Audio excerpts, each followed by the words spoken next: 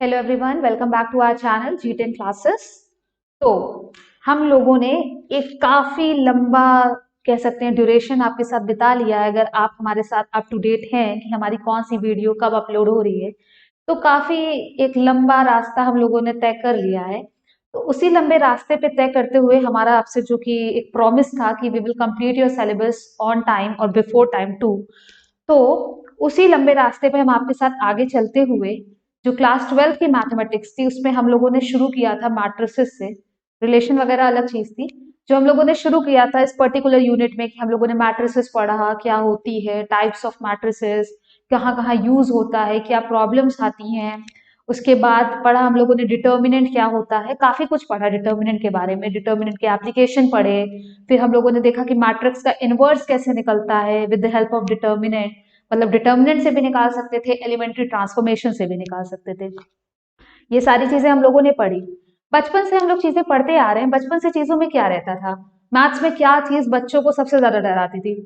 क्या चीज डराती थी सबसे ज्यादा बच्चों को? बुक में लिखा रहता था, find the value of x. बोला जाता था, find the value of x. और यही जो डर था बच्चों के मन में, जो बैठ जाता था कि how can we find the value of x. बच्चे क्या बोलते थे, अरे भाई तुमने क्वेश्चन बनाया तो तुम निकालो वैल्यू एक्स की। बट ये सफर यहाँ पे खत्म नहीं हुआ कि आपने एक्स की वैल्यू निकाला और काम खत्म हो गया। अब आपने पीसीएम स्ट्रीम ले ही लिया है, आपको मैथ्स पढ़ना ही है, या नहीं भी लिया है किसी और एग्जाम के लिए, अगर आपको मैथ्स पढ़ना ही है, तो ये चीज यहाँ पे ये दौर खत्म नहीं होता कि आपको सिर्फ एक्स की वैल्यू ही निकालनी है। अब अलॉन्ग विद एक्स आपको बहुत सारे वेरिएबल्स दिए जाएंगे, एक्स के निकालो, वाई के निकालो, जेड के निकालो, पी क्यू आर, मतलब जितने अल्फाबेट्स हैं, अलॉन्ग विद अल्फाबेट्स 26 से ज्यादा, मतलब कुछ भी दे दिया जाएगा और बोला जाएगा find the value of this variable या दिस पर्टिकुलर वेरिएबल। तो ये जो डर था आपके मन में कि आप एक बहुत सारी इक्वेशंस दी हैं, बहुत सारे अननोन्स दिए हैं, आपको उसकी वैल्यू कैसे निकाला जाएगा, तो इस पर्टिकुलर लेक्चर में हम लोग यही चीज कवर करेंगे। और होप्स हो कि ये पर्टिकुलर वीडियो देखने के बाद आपके मन से टू how to find the value of x वाला जो डर है वो खत्म हो जाएगा। तो हम लोग एक वेरिएबल को लेके नहीं चलेंगे, क्योंकि अब आप लोग बच्चे नहीं है कि बोला जाए कि x plus two is equal to zero and find the value of x। नहीं, अब हम लोग एक जनरल चीज लेके चलेंगे। भले ही आपको एक वेरिएबल दिया हो, दो वेरिएबल दिया हो, या n वेरिएबल्स दिए हो, हम अपना तरीका लगा के सॉल्व करके सारे वेरिएबल्स की वैल्यू निकाल लेंगे। कंडीशन भी कि जितने वेरिएबल्स हों आपके पास, मतलब number of variables must be equals to number of equations. अगर हमारे पास ऐसा हुआ कि नंबर ऑफ वेरिएबल्स ज्यादा हो गए और इक्वेशन कम है, तो सॉल्व नहीं हो सकता है। हाँ, ये पॉसिबल है कि नंबर ऑफ इक्वेशन ज्यादा हो और वेरिएबल कम हो। तो ये कंडीशन को हमेशा, अगर ये कंडीशन ट्रू होगी, तो गिवन इक्वेशन से हम गिवन नंबर ऑफ वेरिएबल्स की वैल्यू फाइंड कर सकते हैं। ठीक है, तो हम लोग शुरू करते हैं। सबसे पहले क्या है कि हमारे पास कुछ ऐसे इक्वेशंस दी थी। हमने बोला कि हम एक वेरिएबल, दो वेरिएबल, तीन वेरिएबल लेके नहीं चलेंगे। हमारे पास कितने वेरिएबल्स हैं यहाँ पे? एक, दो, तीन, अप टू एन वेरिएबल्स हैं। जाहिर सी बात है, मान लीजिए हमारे पास एन वेरिएबल्स हैं और इक्वेशंस कितनी है? एक, दो, ऐसे प्रोसीड करते हुए हमारे पास एम इक्वेशंस है। मतलब नंबर ऑफ इक्वेशंस कितनी है? एम है। और नंबर ऑफ वेरिएबल्स कितने हैं? एन है। तो इक्वेशन क्या होता है कि वेरिएबल्स, जितने नंबर ऑफ वेरिएबल्स हैं वो या तो इक्वेशन के बराबर होने चाहिए या तो इक्वेशन से कम होने चाहिए। तो ये कंडीशन हम लोग ट्रू मानते हुए हम लोगों ने ले लिया कि हमारे पास एम इक्वेशंस थी, एन वेरिएबल्स थे, वेरिएबल्स वर x1, x2, x3, x4 till xn। और ये हमारी कुल मिला के क्या होता है कि अब हम लोग डिटर्मिनेंट चैप्टर की सीरीज को अगर आगे बढ़ा रहे हैं, तो मतलब क्या है कि डिटर्मिनेंट का कहीं ना कहीं यूज हो रहा होगा।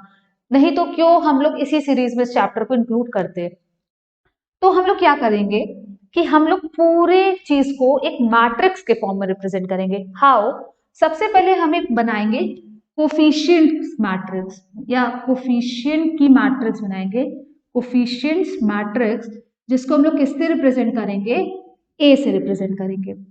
ए एक मैट्रिक्स बनेगी जिसके अंदर सारे कोफिशिएंट्स लिखे होंगे, coefficients of all the variables, और उसी ऑर्डर में लिखे होंगे। मतलब अगर हम पहली इक्वेशन उठाएं तो सबसे पहले हम x1 का कोफिशिएंट, फिर x2 का, फिर x3 का, टिल xn रखेंगे। फाइन।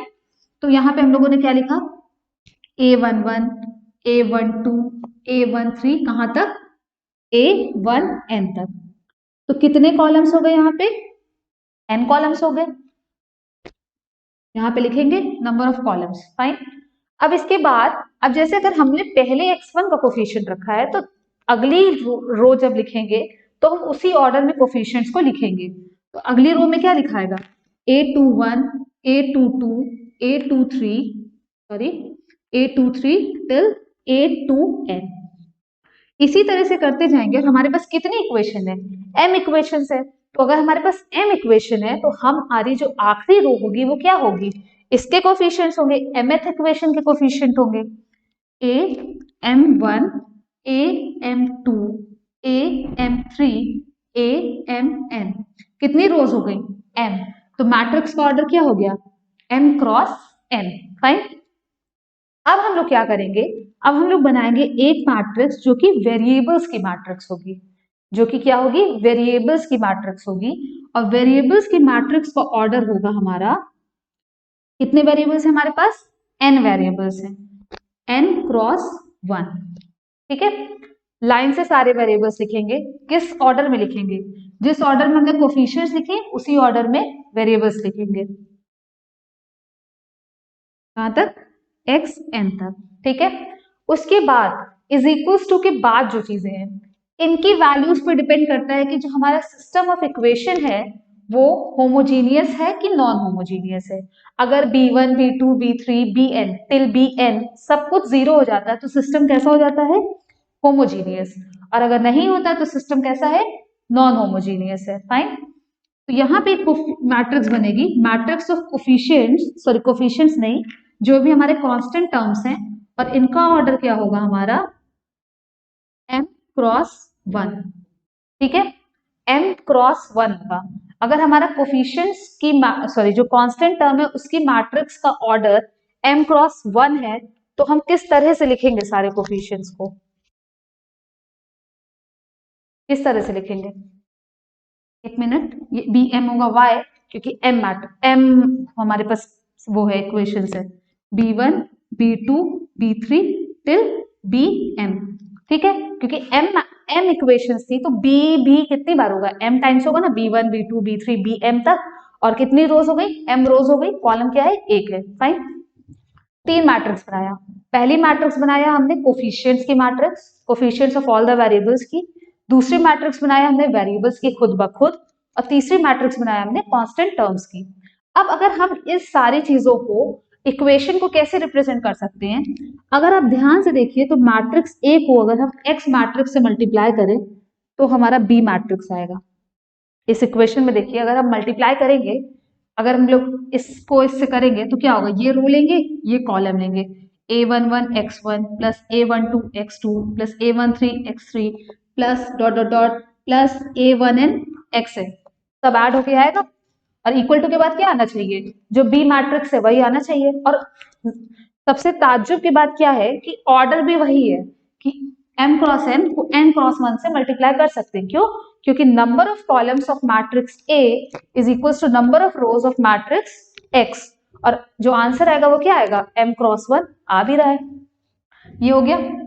अब हमें निकालना क्या है? हमें निकालना है x1 x2, मतलब हमें कुल मिला के यही चीजें जो हमको निकालनी है। x की value, find the value of x, बचपन का डर। तो अब हम क्या करें? अगर हम दोनों साइड, जैसे कि आप लोगों ने प्रॉपर्टीज में पढ़ा है, लेफ्ट कैंसलेशन, राइट कैंसलेशन, या मैट्रिक्स इनटू मैट्रिक्स का inverse is always equals to identity matrix. तो हम लोग क्या करें कि दोनों साइड में लेफ्ट मोस्ट एंड पे ए इनवर्स का मल्टीप्लीकेशन कर दें। मतलब कुछ ये कर सकते हैं, कर सकते हैं। बस यही ध्यान में रखना होता है कि लेफ्ट साइड पे कर रहे हैं तो लेफ्ट साइड ही करेंगे, मतलब लेफ्ट मोस्ट एंड पे करेंगे। अगर हम चाहते तो राइट मोस्ट पे भी करते थे, पर उससे फायदा नहीं होता। वाई? क्योंकि अगर यहाँ पे ए इनवर्स आता तो वो कैंसिल ना होता। अब ये चीज क्या हो जाएगी? Identity matrix. And identity matrix into some another matrix is always equals to that matrix. मतलब x क्या हो जाएगा हमारा? A inverse B. This will be the solution of all the equations. मतलब कुल मिला के आपको करना क्या है? जो कोफिशिएंट्स की मैट्रिक्स है उसका इनवर्स निकालिए। इनवर्स निकालने के बाद कांस्टेंट की मैट्रिक्स से मल्टीप्लाई कर दीजिए, काम खत्म। और कंपेयर करिए तो x1, x2, x3 जितने भी वेरिएबल्स हैं सबकी वैल्यू आ जाएगी। तो कुल मिला के x क्या हो गया, adjoint of a upon mod of a into b। काम खत्म।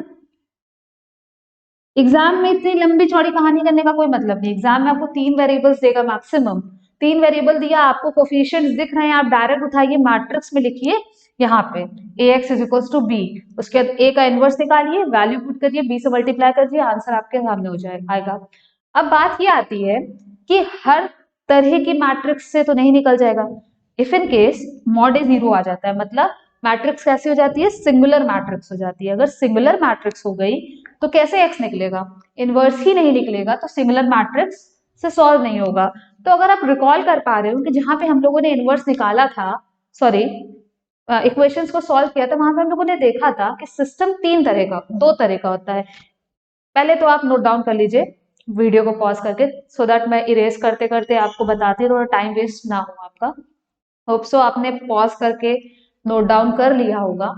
तो हम लोग कंटिन्यू करते हैं। हम लोगों ने क्या देखा था कि जो सिस्टम ऑफ लीनियर इक्वेशंस होता है वो 2 तरह का होता है। होमोजेनियस, नॉन होमोजेनियस अलग चीज है। एक होता है कंसिस्टेंट है, एक होता है कंसिस्टेंट नहीं है, मतलब इनकंसिस्टेंट है होता है।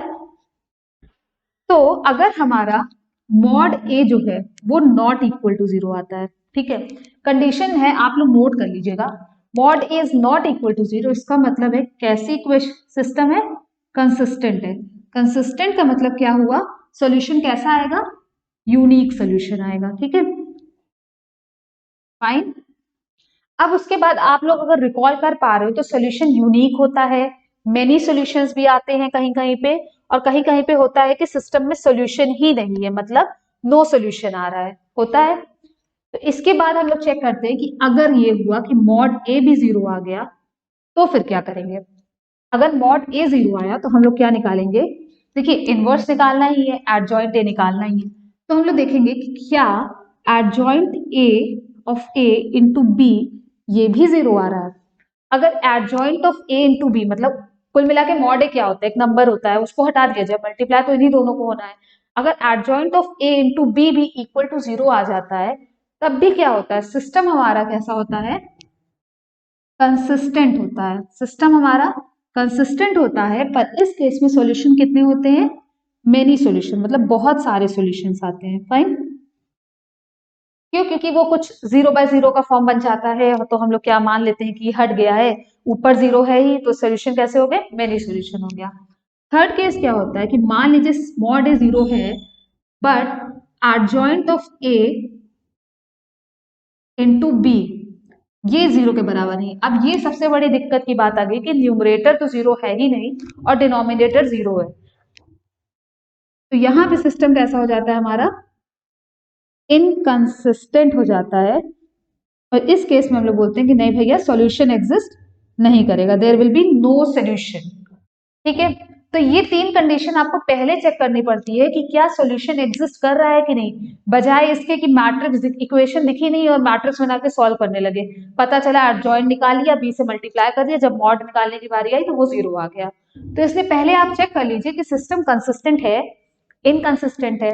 कंसिस्टेंट है अगर तो यूनिक सॉल्यूशन एग्जिस्ट करेगा कि more than one solution exist करेंगे।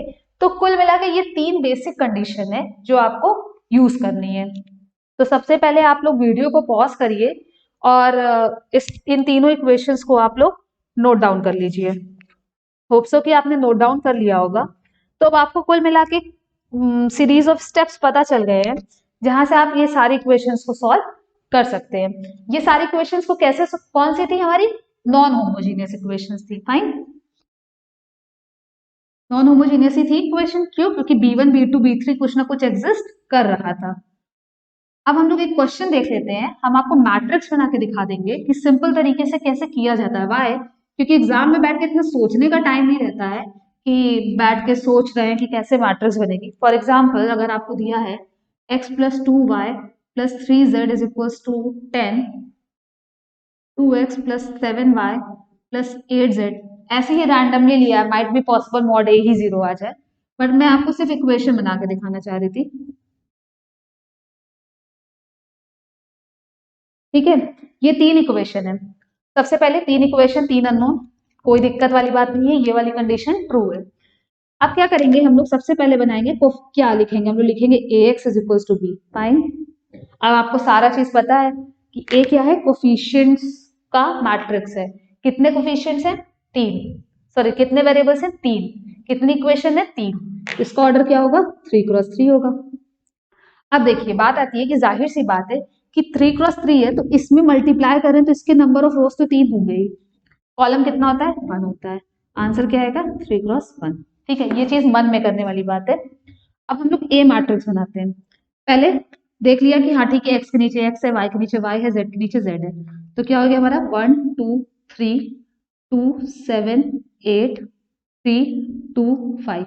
फाइन, किस ऑर्डर में लिखा है हम लोगों ने कोफिशिएंट्स, पहले एक्स का लिखा है, फिर वाई का लिखा है, फिर जेड का लिखा है। X y z is equals to B matrix क्या होगी, 10 20 30, सेम ऑर्डर में।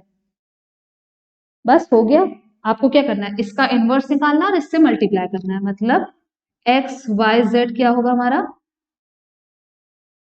1 2 3 2 7 8 3 2 5 का इनवर्स 10 20 30। ठीक है, अब देखिए इनवर्स निकालना मैं नहीं बता रही हूँ, वाई बिकॉज इनवर्स से आप लोग ऑलरेडी फेमिलियर हैं, क्योंकि मैंने पहले बता चुका है कि माइनर क्या होते हैं, कोफैक्टर क्या होते हैं, उससे हम लोग एडजॉइंट पे गए थे, और एडजॉइंट से निकालने के बाद हम लोगों के पास फॉर्मूला है, वो मैं एक बार लिख देती हूँ ताकि आपके दिमाग में रहे। Formula was adjoint of A upon mod of A. ठीक, सॉरी, और एडजॉइंट ऑफ ए क्या था, कोफैक्टर से बनने वाली मैट्रिक्स का ट्रांसपोज था।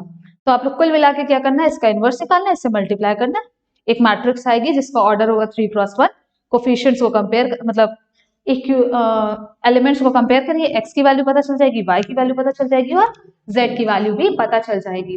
तो this was all about how to solve non homogeneous linear equations with the help of determinant. अब बात आती है कि हमारी इक्वेशन होमोजीनियस हो। इक्वेशन का होमोजीनियस होने का मतलब होता है कि बी मैट्रिक्स जो है वो क्या हो, नल मैट्रिक्स हो। फाइन, अच्छा देखिए इसमें कैसे क्वेश्चंस आते हैं, एक तो जनरल क्वेश्चन आएगा कि आपको क्वेश्चन दे दिया, सॉल्व करना है। फाइन, कुछ क्वेश्चंस आते हैं, बोलता है कि find the inverse of a matrix, मान लीजिए कुछ ऐसे ही बोल दिया कि find A inverse if A is equals to 1 2 3 2 7 8 3 2 5। देखिए इतना दे देता था तो ठीक है कि मैट्रिक्स दे दिया, हम इनवर्स निकाल लेंगे फॉर्मूले से।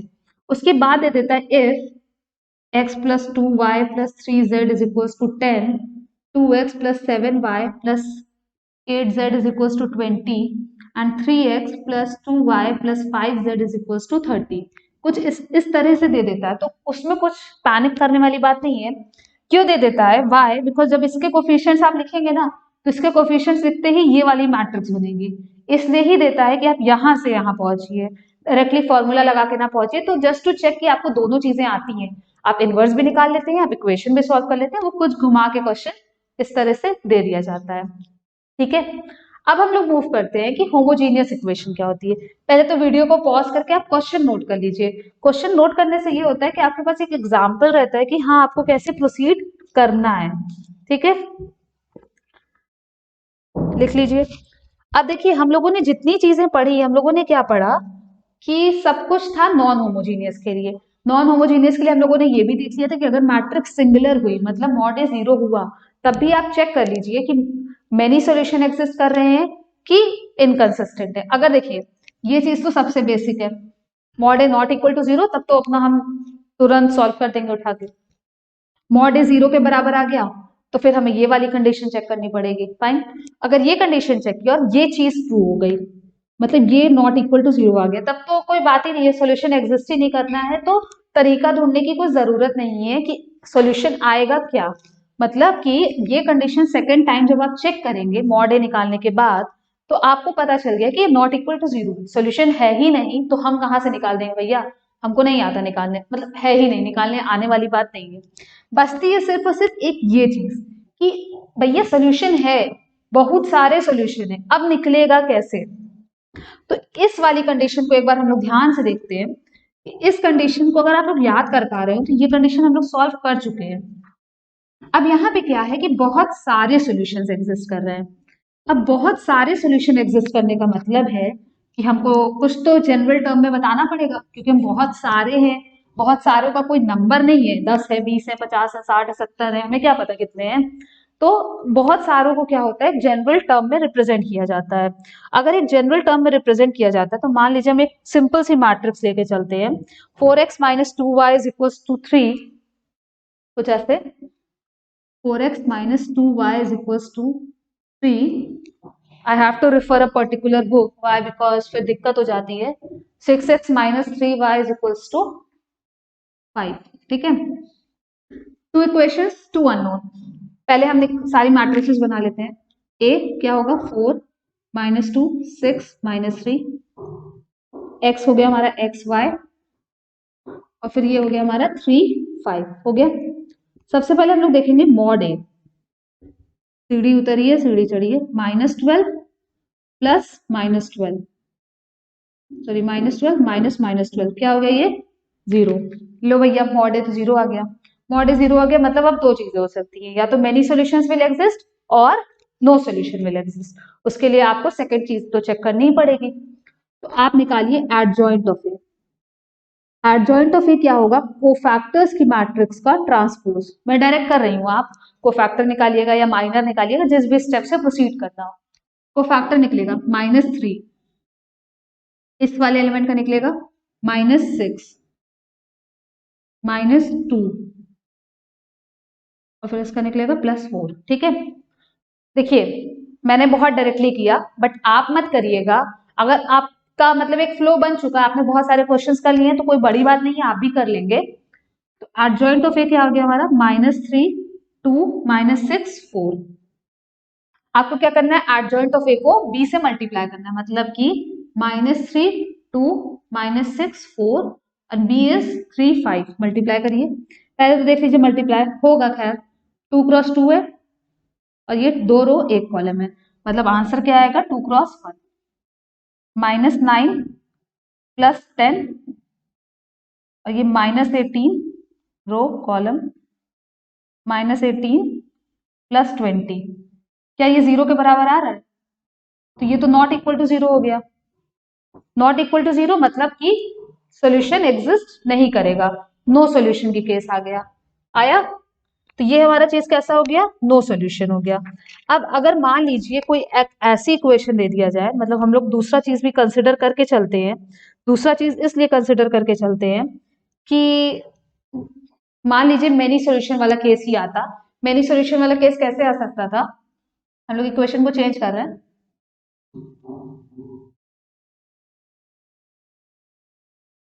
2 से डिवाइड किया 3, ठीक है। ये वाले इक्वेशन में अगर आप अब आप करिए इसको, तो कुछ करना नहीं है, हम लोग देखते हैं, इसको नोट डाउन जरूर कीजिएगा, क्योंकि तभी आप लोग डिफरेंस बता पाएंगे। अब देखिए एक हमने यूनिक सॉल्यूशन वाला तो सीन, कुछ उसमें कुछ मतलब कॉम्प्लिकेशंस है ही नहीं। एक ये वाला चीज देख लेते हैं, नो सॉल्यूशन आया तब तो भैया पता ही नहीं है क्या करें। अब ये वाला मेनी सॉल्यूशन वाला क्या करेंगे, 6 9 फाइन, मॉड ए 0 आना ही आना है। एडजॉइंट ऑफ ए, अरे यार हमने एडजॉइंट ऑफ ए निकाला ही था। Adjoint of A will be cofactors की मैट्रिक्स का ट्रांसपोज। कोफैक्टर्स की मैट्रिक्स, ये वाला एलिमेंट लिया -3, ये लिया -6, ये लिया -2 और ये लिया +4। तो एडजॉइंट ऑफ ए हो गया हमारा -3 2 -6 4। नहीं समझ में आ रहा हो तो एडजॉइंट वाली वीडियो आप लोग देख लीजिएगा, शायद लास्ट वीडियो ही है, तो वहां से आपको क्लियर हो जाएगा।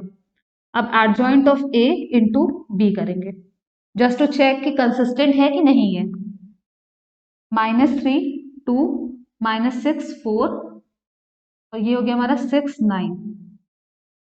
मल्टीप्लाई कीजिए, -18 प्लस 18 और ये हो गया -36 प्लस 36, वाओ, इक्वल टू 0।